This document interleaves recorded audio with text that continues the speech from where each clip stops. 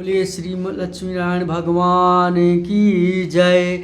बोलिए बांके बिहारी लाल की जय। तो भक्तगणों, कार्तिक मास का 8वां अध्याय आप सभी श्रवण कर रहे हैं मेरे मुखार बिंदों से। नारद जी कहने लगे कि हे राजा पृथु, जलंधर ने हमारा बड़ा आदर और सत्कार किया है। भक्ति भाव से पूजन करके कहने लगे कि महाराज, आपका कैसा आगमन हुआ और मेरे लिए क्या आज्ञा है। हमने कहा कि दैत्यराज, मैं कैलाश गया था, वहाँ पार्वती सहित अवधूत शिव और उनके वैभव देखा तो चकित हो गया कि क्या वैभव और किसी का भी हो सकता है। ऐसा विचार करके तीनों लोकों में भ्रमण करता हूँ, यहाँ पर आया हूँ। यहाँ आकर तुम्हारी समृद्धि भी देखी है। तुम्हारे और शिव के वैभव में और कोई अंतर नहीं है, किंतु तुम्हारा वैभव स्त्री रहित है। भस्म लेपन करने वाले राग रहित कामदेव के शत्रु शिव के पास स्त्री रत्न जैसी पार्वती हैं, वैसी यद्यपि तुम्हारे पास अनेक सुंदरियां हैं, परंतु उनमें से कांतिमान पार्वती की तुलना कोई भी नहीं कर सकती। अतः तुम्हारा यह वैभव स्त्री रत्न रहित देखकर यह निश्चित हुआ कि शिव के समान वैभवशाली इस समय त्रिलोक में कोई नहीं है, क्योंकि उनके पास पार्वती जैसी ऐसी स्त्री है जिसको देखकर ब्रह्मा जी ने अनेक अप्सराओं रची, परंतु एक भी पार्वती की समानता नहीं पहुंच सकी। नारद जी कहने लगे कि हे राजा पृथु, हम तो इतना कहकर वहां से चले आए, परंतु जलंधर ने पार्वती जी की इतनी सुंदरता सुनकर काम ज्वर से पीड़ित हो राहु को बुलाकर शिव के पास भेजा। राहु उसी समय चंद्र के समान उज्ज्वल कैलाश को काला करता हुआ द्वारपाल नंदी द्वारा रोके जाने तथा शिव के समान उपस्थिति किए जाने पर उनसे बोला कि हे शिव, तीनों लोकों के नाथ और सब रत्नों के स्वामी जलंधर की आज्ञा सुनो। शमशानवासी तथा नरमुंडों की माला धारण करने वाले जटाजुटधारी तुम्हारे जैसे अवधूत के पास पार्वती जैसी परम सुंदरी स्त्री शोभा नहीं देती। मैं तीनों लोकों का नाथ, सब रत्नों का स्वामी हूँ, क्योंकि पार्वती भी स्त्री रत्न है, अतः वह मेरे साथ ही शोभा दे सकती है, तेरे जैसे भस्माधारण करने वाले योगी के पास नहीं कर सकती। नारद जी कहने लगे कि राजा पृथु, राहु के इतना कहते ही शिवजी ने अपनी भूकुंठ भाव में से एक अति भयंकर ऐसा पुरुष को उत्पन्न किया, जिसका सिंह के समान मुख, जलती हुई अग्नि के समान लाल नेत्र और शरीर पर खड़े हुए बड़े बड़े बाल थे।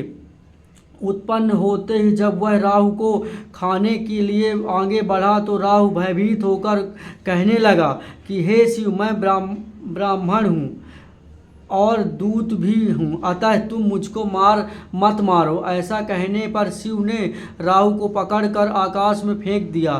तब वह भयंकर पुरुष राहु को छोड़कर शिव के पास आया और कहने लगा कि मैं भूखा हूँ, मुझे खाने के लिए कुछ दो। तब शिव जी ने कहा कि तू अपने हाथ पैरों को खा। जब वह हाथ पैरों को खाता हुआ सारे धड़ को खा गया, केवल मुख ही बचा था। तब शिव जी ने प्रसन्न होकर कहा कि आज से तुम्हारा नाम कीर्ति मुख होगा और तुम हमारे द्वारपाल होगे। पहले तुम्हारी पूजा होगी, तुम्हारी पूजा बिना हमारी पूजा निष्फल होगी।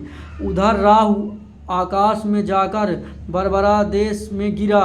राहु की ऐसी दशा सुनकर जलंधर को बड़ा क्रोध आया और वह दैत्यों की 1 करोड़ सेना लेकर अपनी पूरी से बाहर निकला। बाहर निकलते ही सामने एक आंख वाले शुक्राचार्य और अंगहीन राहु मिले। इनके अतिरिक्त और भी अनेक आपास शकुन हुए, परंतु वह रुका नहीं। तब दैत्य सेना सारे आकाश में छा गई। जब देवताओं ने जलंधर की कैलाश पर चढ़ाई देखी तो छिपकर शिवजी महाराज को खबर दी। श्री शिवजी ने उसी समय विष्णु भगवान का स्मरण किया। स्मरण करते ही भगवान वहां आकर उपस्थित हो गए। तब शिवजी ने कहा कि हे भगवान, आपने देवताओं को पीड़ा देने वाले इस दैत्य को मारा क्यों नहीं। इतना ही नहीं, आप वहाँ जाकर उसके घर में विराजमान क्यों हो गए? तब विष्णु भगवान ने कहा कि यह आपके अंश से उत्पन्न हुआ है और लक्ष्मी जी का भाई है, इस कारण हमने इसको नहीं मारा, यह आपके हाथों से ही मारा जाएगा। तब शिव जी बोले कि यह तेजस्वी दैत्य हमसे नहीं मारा जाएगा, आप सब इसको मारने के लिए अपना अपना तेज दीजिए।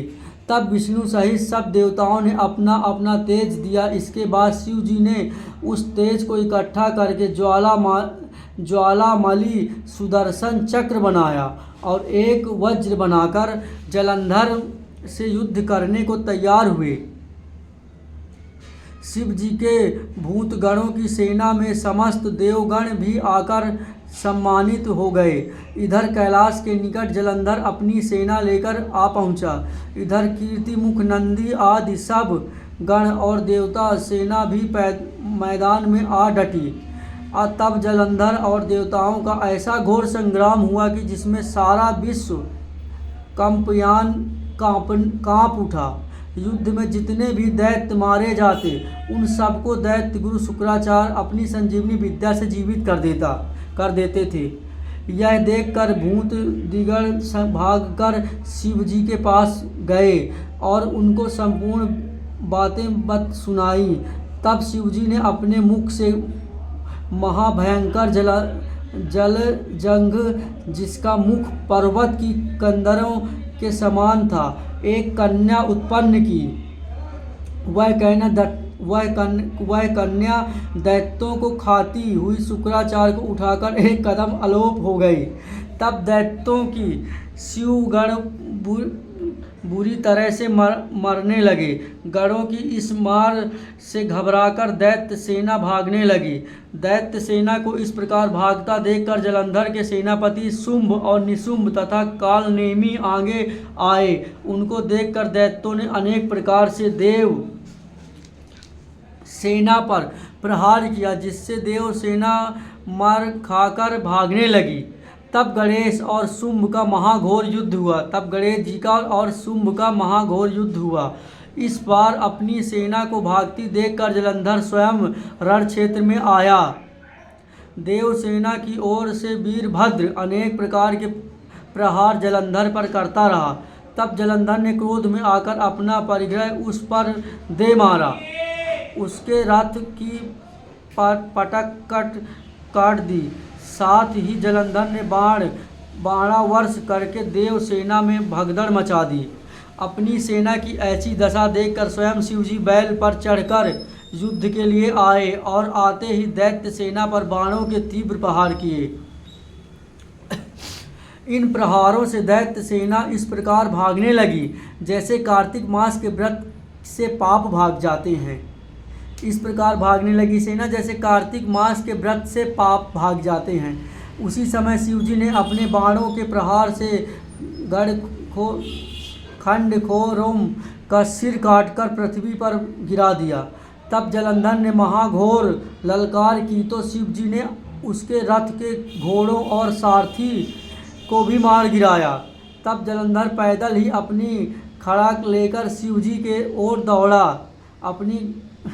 शिवजी ने तत्रच एक मुक्का उसकी छाती में मारा, जिससे वह कुछ बेहाल हो गया। इस प्रकार जब दैत्य ने देखा कि शिवजी अजय हैं, तो उसने गंधर्व माया रची। गंधर्व और अप्सराओं नाचने लगी और गाने लगी। शिवजी ने भी इस माया में फंसकर नाचना और गाने लगे। शिवजी भी नाचने गाने लगे। जलंधर दैत्य श्री शिवजी को माया में फंसा देखकर महादेव जी का रूप धारण करके पार्वती जी के पास गया और पार्वती जी का रूप देखकर काममोह हो गया। पार्वती जी ने महादेव जी को आया देखकर खड़ी हो गई, परंतु तत्काल ही राक्षसी माया समझकर वह वहाँ से अंतर्ध्यान हो गई। तब जलंधर पुनः युद्ध भूमि में आया। इधर जलंधर के चले जाने के बाद पार्वती जी ने भगवान विष्णु का स्मरण किया। तब भगवान विष्णु ने वहां उपस्थित होकर पार्वती जी को आश्वासन दिया और भगवान विष्णु ने सोचा कि जलंधर ने स्वयं अपनी मृत्यु का रास्ता बता दिया। यह दुष्ट वृंदा के पतिव्रता धर्म के कारण ही मृत्यु को प्राप्त नहीं हो रहा। अतः देवताओं के कार्य तथा भक्तों की रक्षा करने के लिए हमको ही वृंदा के धर्म को भंग करने का घोर कर्म करना पड़ेगा। ऐसा करने पर ही इस दुष्ट की मृत्यु होगी। इतनी देर में शिवजी भी राक्षसी माया से मुक्त होकर जलंधर को आया। देख उसके साथ युद्ध करने के लिए और हुए और उस पर अनेकों बाणों का प्रहार किया। इस प्रकार कार्तिक मास की कथा 8वां अध्याय संपूर्ण है। बोले वृंदावन बिहारी लाल की जय। इसके आगे सुनिएगा भक्तों कि किस प्रकार जलंधर का और भगवान शिव शंकर भगवान का युद्ध कितने वर्षों तक चला। तो आप सभी इस वीडियो को शेयर करें और चैनल को सब्सक्राइब करें। बोले वृंदावन बिहारी लाल की जय। तो 8वां अध्याय संपूर्ण हुआ। जय जय श्री राधे। बोले लक्ष्मी नारायण भगवान की जय।